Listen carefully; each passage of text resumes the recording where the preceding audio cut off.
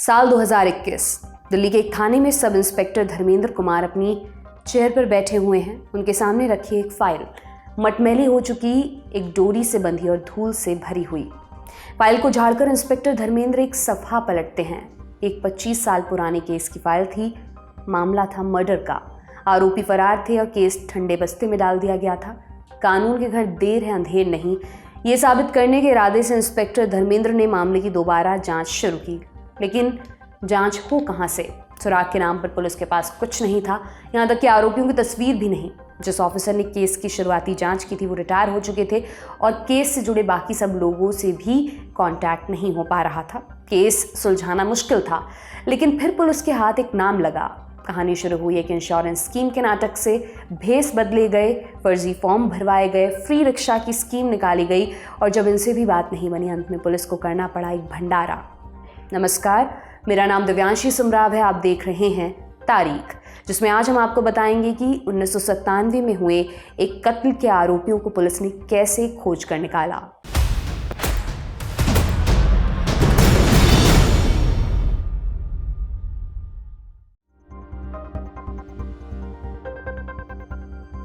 साल 1997, दिल्ली के तुगलकाबाद इलाके का वाल्मीकि मोहल्ला। सुनीता उस रोज थोड़ी देर से उठी।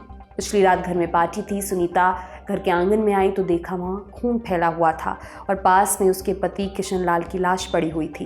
किशन लाल के शरीर पर किसी ने चाकू से वार किया था। सुनीता ये सब देखकर बेसुध हो गई। होश आया तो सुनीता को पिछली रात की कुछ बातें भी याद आईं। पिछली रात उसने अपने पति को 2 लोगों से बात करते हुए देखा था, रामू और टिल्लू। रामू टिल्लू की बहन का पति था। दोनों किशन लाल का घर खरीदना चाहते थे। ये कहानी सुनीता ने पुलिस को बताई। पुलिस रामू और टिल्लू को खोजने गई तो पता चला दोनों गायब हैं। ये वो दौर था जब मोबाइल फ़ोन आम नहीं हुए थे, सर्विलांस का कोई जरिया नहीं था। पुलिस ने कई महीनों तक दोनों को खोजने की कोशिश की, लेकिन जब उनका पता नहीं चला, पटियाला हाउस ने दोनों को भगौड़ा अपराधी घोषित कर दिया और केस पुलिस की फाइलों में दब गया। इसके बाद कहानी पहुंचती है साल 2021 में, जब इस केस को दोबारा खोला गया। अब की बार पुलिस ने नए सिरे से टिल्लू और रामू की खोज शुरू की। रामू के बारे में पुलिस को इतना पता था, वो फर्रुखाबाद उत्तर प्रदेश का रहने वाला है। पुलिस ने वहां जाकर पूछताछ की, लेकिन पता चला इतने सालों में रामू एक बार भी घर नहीं लौटा। और भी कई जगह हाथ पैर मारे गए, लेकिन कुछ फायदा नहीं हुआ। केस का कोई सिरा नजर नहीं आ रहा था, इसलिए पुलिस पहुंची सीधा सुनीता के पास, जिनके पति के कत्ल का केस था। पुलिस तुगलकाबाद के वाल्मीकि मोहल्ले गई, लेकिन सुनीता वहां से घर छोड़कर चली गई थी। किस्मत से पुलिस को कुछ लोगों ने सुनीता का नया पता बताया। पुलिस सुनीता के नए एड्रेस पर पहुंची। सुनीता की उम्र अब काफ़ी हो चुकी थी। जब पुलिस ने उन्हें बताया कि उनके पति के मर्डर का केस दोबारा खोल रहे हैं, सुनीता ने जवाब दिया वो आगे बढ़ चुकी हैं और दोबारा पुराने घावों को जिंदा नहीं करना चाहती। पुलिस निराश थी। तभी सुनीता का बेटा सनी आगे आया। किशन लाल का जब कत्ल हुआ तब सुनीता पेट से थी। अब सनी बड़ा हो चुका था। उसने पुलिस से कहा कि वो अपने पिता के कातिलों को ढूंढने में हर ज़रूरी मदद करेगा। जिसके बाद पुलिस को सुनीता और सनी के पास से एक महत्वपूर्ण सुराग मिला। पता चला कि हत्या के एक आरोपी रामू का एक बड़ा भाई भी था। उसके और उसकी पत्नी की मृत्यु हो चुकी थी, लेकिन उसका एक बेटा था शिवकर, जिसने लाली नाम की लड़की से शादी की थी और लाली का ससुराल सुनीता के घर के नज़दीक था। सुनीता ने पुलिस को ये भी बताया कि लाली की सास की मौत एक रोड एक्सीडेंट में हुई थी। शिवकर इंश्योरेंस का क्लेम लेने की कोशिश कर रहा था, लेकिन मामला फंस गया था। पुलिस ने पूरी कहानी सुनी, लेकिन इस कहानी से रामू और टिल्लू तक कैसे पहुंचे, ये सवाल अभी भी बाकी था। पुलिस ने सोचा क्यों ना इंश्योरेंस वाले मामले को उठाकर कुछ राज उगलवाए जाएं। यहाँ से शुरू हुआ एक नाटक। पुलिस को लाली के मायके का पता मिल गया था। वहां से उन्हें लाली और शिवकर का पता मिला, जो उत्तम नगर में रहते थे। हिंदुस्तान टाइम्स की 2022 की एक रिपोर्ट के अनुसार पुलिस वाले शिवकर और लाली के घर पहुंचे, लेकिन पुलिस वाले बनकर नहीं, इंश्योरेंस एजेंट बनकर। खुद को इंश्योरेंस एजेंट बताते हुए पुलिस ने शिवकर को बताया कि इंश्योरेंस का कुछ पैसा मिलना बाकी है, लेकिन इसके लिए शिवकर को बाकी परिवार के बारे में बताना पड़ेगा। पुलिस ने शिवकर से कहा कि सभी परिवार वालों से नो ऑब्जेक्शन सर्टिफिकेट लेना ज़रूरी है। ये सुनकर शिवकर ने अपने सभी परिवार, नाते, रिश्तेदारों का नाम पता बता दिया। हालांकि उसने रामू के बारे में कुछ नहीं कहा। पुलिस अब पशुपेश में थी। रामू के बारे में पूछने पर शिवकर चौकन्ना हो जाता, इसलिए पुलिस ने उससे कुछ फॉर्म्स भरवाए और वापस चली गई। कुछ रोज़ बाद पुलिस एक बार फिर शिवकर के पास पहुंची। इस बार नए लोग गए और शिवकर से कहा कि फॉर्म में कुछ गलती हो गई है। बातों बातों में उन्होंने शिवकर से रामू के बारे में भी पूछ डाला। शिवकर को रामू का कुछ पता नहीं था। हालांकि उसके पास रामू के बेटे आकाश का फ़ोन नंबर था। फ़ोन नंबर लेकर पुलिस लौट आई, लेकिन जब नंबर मिला तो वो बंद निकला। पुलिस के सामने एक बार फिर डेड एंड था, लेकिन फिर पुलिस ने एक और रास्ता अपनाया। उन्होंने आकाश के नंबर को ट्रेस किया। पता चला वो नंबर लखनऊ में है। दिल्ली से पुलिस की एक टीम सीधा लखनऊ रवाना हुई। लखनऊ में पुलिस को जो पता मिला था वो खाली था। आकाश वहां से जा चुका था। ये एक और डेड एंड था। इसके बाद पुलिस ने फेसबुक पर आकाश को खोजा। वहां आकाश के एक दोस्त का कांटेक्ट मिला। दोस्त ने आकाश का नया पता बताया। आकाश लखनऊ के कपूरथला एरिया में रहता था। पुलिस वहां जाकर उससे मिली। इस बार भी उन्होंने आकाश को अपनी असली पहचान नहीं बताई, सिर्फ कहा कि एक इंश्योरेंस के मामले में वो रामू की तलाश कर रहे हैं। पुलिस को यहाँ से भी हालांकि मायूसी हाथ मिली। रामू का बेटा होने के बावजूद आकाश को उसके बारे में नहीं पता था। उसने कहा उसके पिता का नाम रामू नहीं अशोक यादव है और दोनों के बीच सालों से बात नहीं हुई है। रामू ही अशोक यादव है। अब पुलिस से कुछ गलती हो गई, ये पक्का करने के लिए अशोक यादव से मिलना ज़रूरी था।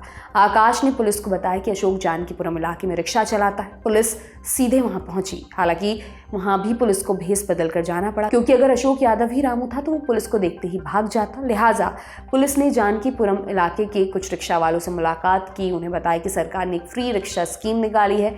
इसी के सिलसिले में वो अशोक यादव से मिलना चाहते हैं। यहाँ से पुलिस को पता चला अशोक रेलवे स्टेशन के पास रिक्शा चलाता है। 14 सितंबर 2022 की सुबह पुलिस रेलवे स्टेशन पहुंची। वहां किसी ने एक आदमी की तरफ इशारा कर बताया यही अशोक यादव है। पुलिस अशोक यादव से मिली और स्कीम के बारे में बताते हुए उसका असली नाम पूछा।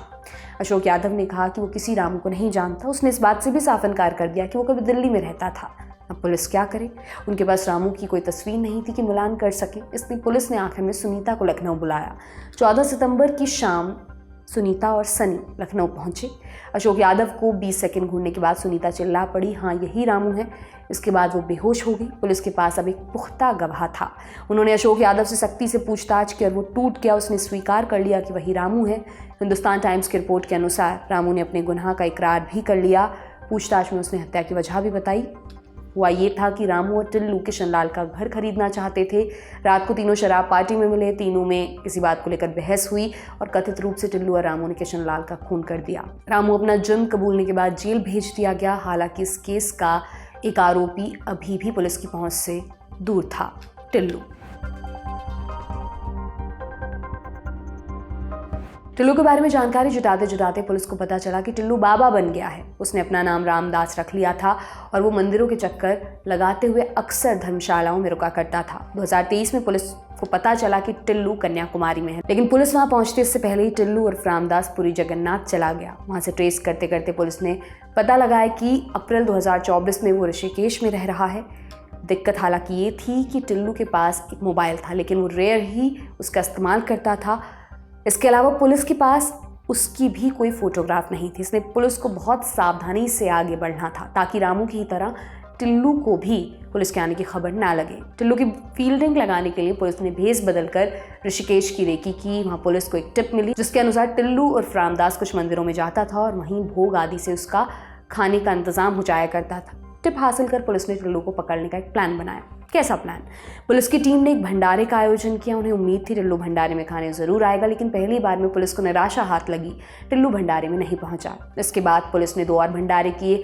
तीसरे भंडारे में जैसे ही टिल्लू पहुंचा पुलिस ने उसे धर दबोचा।